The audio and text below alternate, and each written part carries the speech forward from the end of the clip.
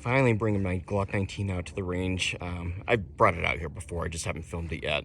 Wanted to go ahead and do a video on that and run it suppressed with a couple different suppressors of mine, my AAC Illusion 9 and my Gemtech Tundra 9 that was actually manufactured right here in Boise before Smith & Wesson bought them out.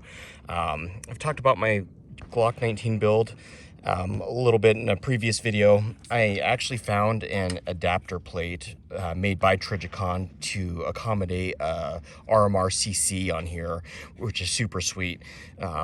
As I mentioned before in my previous video, you can see that it doesn't necessarily protrude past the sides of the slide like the RMR Type 2s, which I was super grateful for. I actually had some Trigicon Bright and Toughs on here that I ended up taking off because the glass on the RMRcc was so small, and again, just my I guess my faith and trust in Trigicon products that they're always going to run. I change out my batteries annually anyways, and so I guess it actually breaks, then you know, I don't know, I guess I will be shit out of luck and not be able to co-witness. Yeah, I have my fucking Punisher sign back there. Some people like it, some people don't. I don't really care. These are my guns. I did a drop-in Zev trigger, changed out the springs to like a 4-pound trigger pull on that. I'm running a Enforce APLC on here. They're okay. They're about 200 lumens, and for the price point, they're all right, especially for a compact model. I actually have a Works holster that I bought off of Amazon that are actually made here in Idaho as well. I can't think of the city that they're made in, but they're actually made in Idaho, and they are accommodating for threaded barrels, RMR. Just take it off, I guess. So they're accommodating for a threaded barrel, for my APLC light, and then for suppressor height night sights, and then my RMR doesn't even come close to button up against that. But pretty cool that those are also made here in Idaho. And you know, I've shot this quite a bit. I ran a couple different red dots on here. I used to have a Holosun 508T, I think is what it was. Ended up getting rid of that when I found the mounting plate for my RMRcc. This thing is pretty accurate. Took some practice shots just because I haven't shot it for a little bit. I'm gonna throw in my Grey Ghost threaded barrel here when I go run the suppress. They're okay. They're not the best, but for the price point, they're not bad. I think I paid like $180 or so for it. And again, it's got the skull on it, just like my back plate and my plug. So again, people are gonna give me shit about it. Frankly, I don't really give a shit. Again, running 124 grain PPU. Back there I have 115 grain cellular and bellet, and then 115 grain Winchester white box, all ball rounds. And as always, shooting from here, and that's my range setup. I got some water bottles, so hopefully my camera lady will zoom in on that shit so you guys can actually see some water bottles being shot. She does the best that she can. I like Glocks. I'm a huge fan of Glocks. I'm not a Glock fanboy by any means. I have a shit ton of 9mm, as mentioned before if you've watched any of my other videos. In fact, I think I've done more videos on my Berettas than I have on my Glocks. But yeah, no, they're just, I mean, great for concealment. Obviously, you know, if you're going to conceal this, you probably want to remove all the Punisher markings and whatnot. But great for concealment.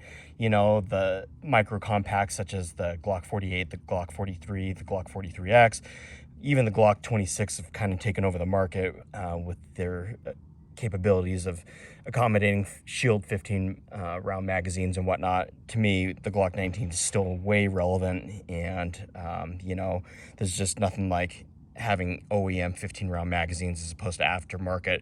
I haven't ever had issues with my S15 mags, but just again, people have heard me say, hopefully if they watch any of my other videos, that it's just a peace of mind. And so let me throw a mag in my Glock, and I'll throw a couple mags in my mag pouches here, and we'll get to some shooting. This is my Gen 5 Glock 19 MOS FS for the front serrations on here. You know, I honestly, somebody gave me shit about, well, I only change out my triggers for aesthetics. That's kind of true. Honestly, I don't know that I notice much of a difference in between the pull on this and even the reset on this, as opposed to Glock trigger that's been broken in. You know, call me stupid, call me naive, or whatever. You know, once you break a trigger in and get it to where you want it, they're as good as any drop-in trigger, in my humble opinion. Other people can totally correct me if I'm wrong, but as I've mentioned before, there's nothing like a single action trigger on like an old Smith & Wesson revolver. So let me rack this, and I'm actually gonna pull from the holster and see. This is like one of the few guns that I actually have a holster for, so.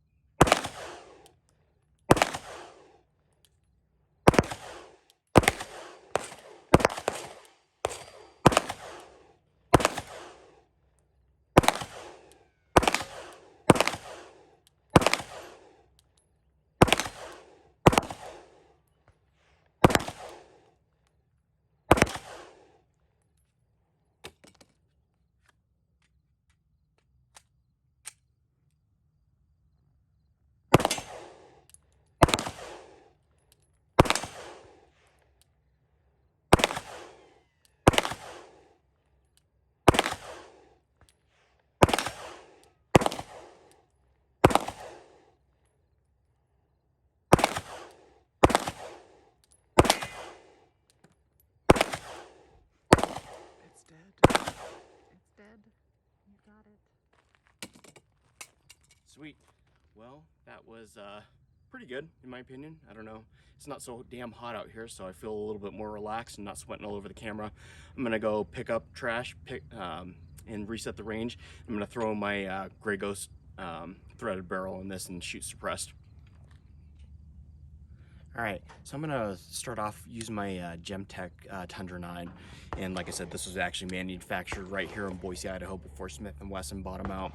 I haven't shot this a whole lot, and I actually made a video running this on my Strybog, and it wasn't super accurate. So I wanted to throw it on my Glock 19 and see how it did.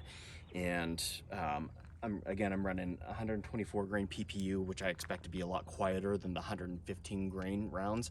And so let me start off with the 115 grain rounds first, and I'll shoot the 124 grain last, so you can kind of hopefully hear a difference in between the two. So It's as long as the gun.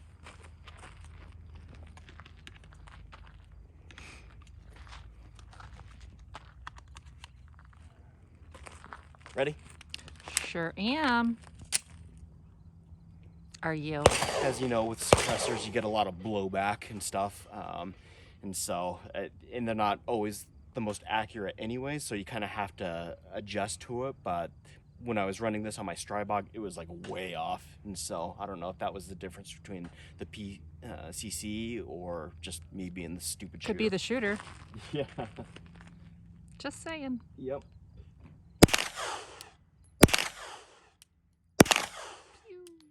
I'm gonna throw some on the left paper target to kind of see where I'm at. Okay, it's as close as I can get.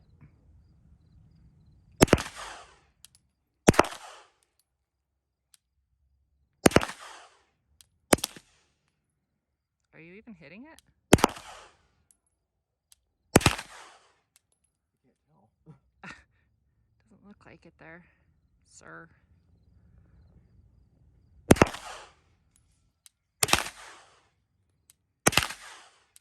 Okay, I think I hit it.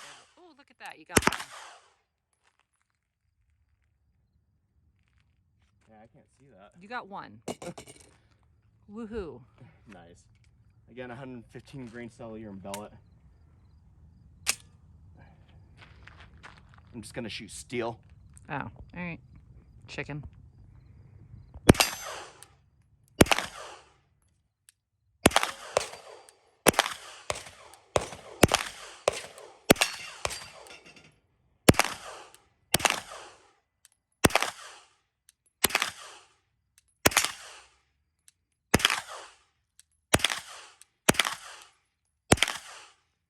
steals the stuff that makes a noise when you hit it. Anyways.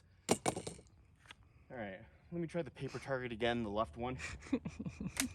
Like I said, I haven't shot this suppressor a ton, and I had some issues with accuracy on my Strybog, which clearly I'm seeing here. I mean, obviously I can shoot the gun. You saw the first round without it suppressed. I have a feeling that my AAC Illusion 9 is going to be a lot better. Okay.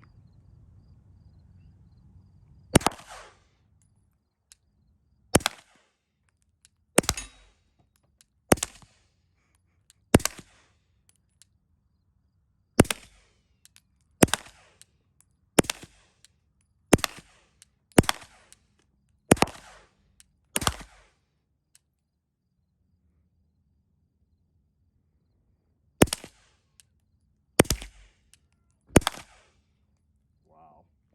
Sounds so cute. So that was shooting way low. I was aiming for the head on my paper target, and you can see my groupings at the bottom there. I almost had to like aim for that steel plate above just to even land one on the head or even on the body. So let me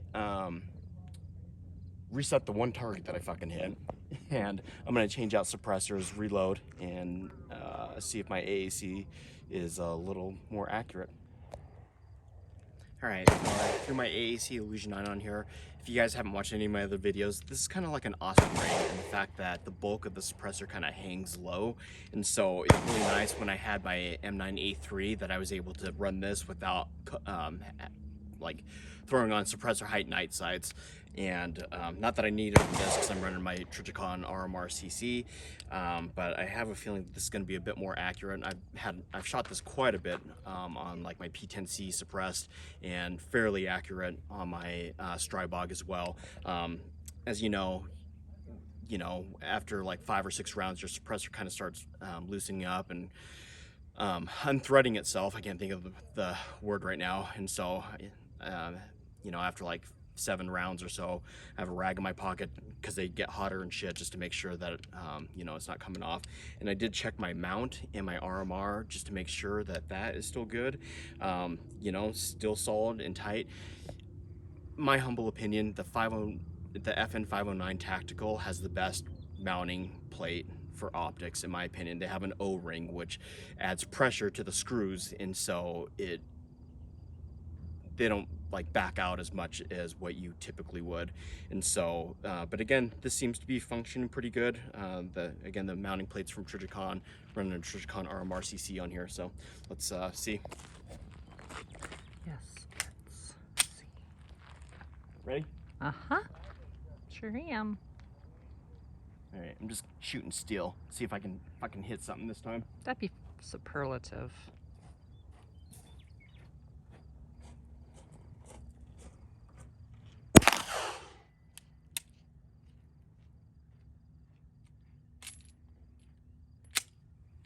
Had a failure to eject on that. Holy shit. And this is just 115 grain cellular and bellet, I think.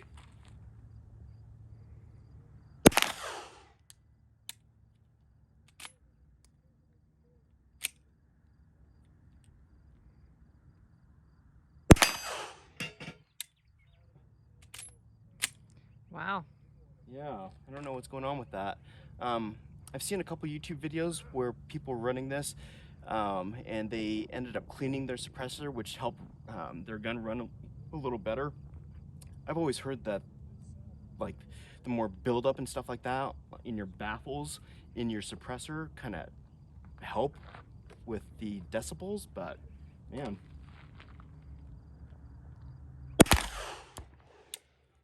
It didn't do it without the suppressor, did it? Oh.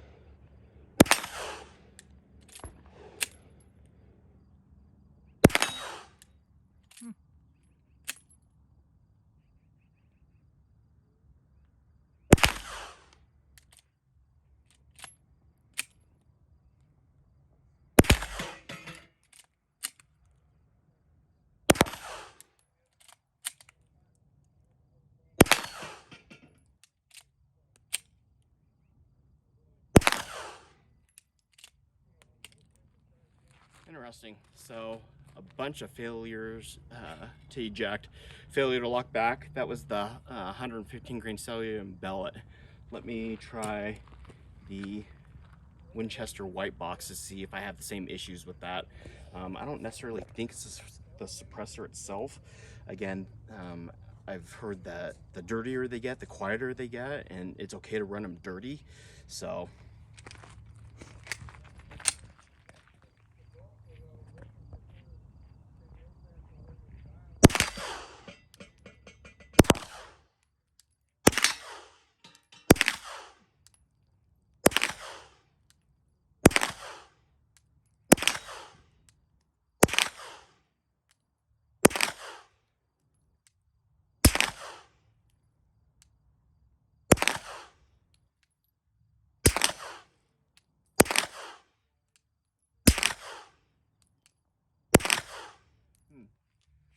How's your hand positioning? good. Definitely the ammo, in my opinion. The cellular and bellet does not run well with suppressed. So this is the 124 grain PPU. Let's see what that does.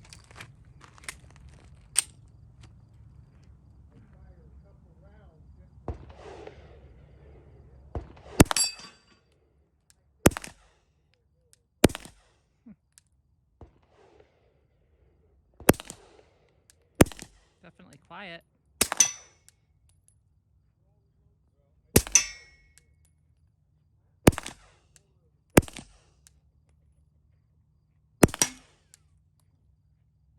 I'm gonna throw some on the paper target. Right. Okay.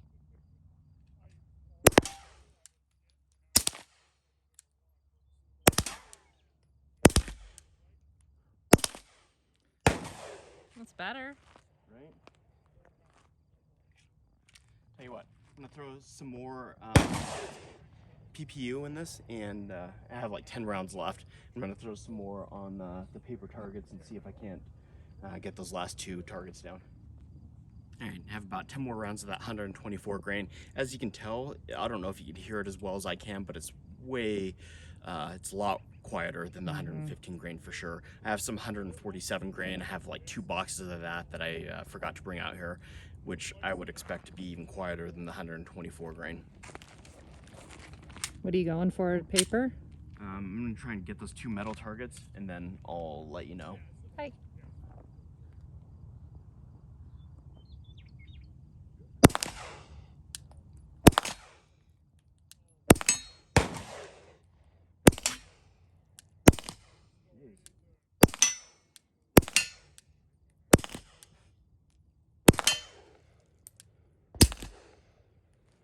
Alright, so I guess nothing on the metal targets or the paper targets. Good God.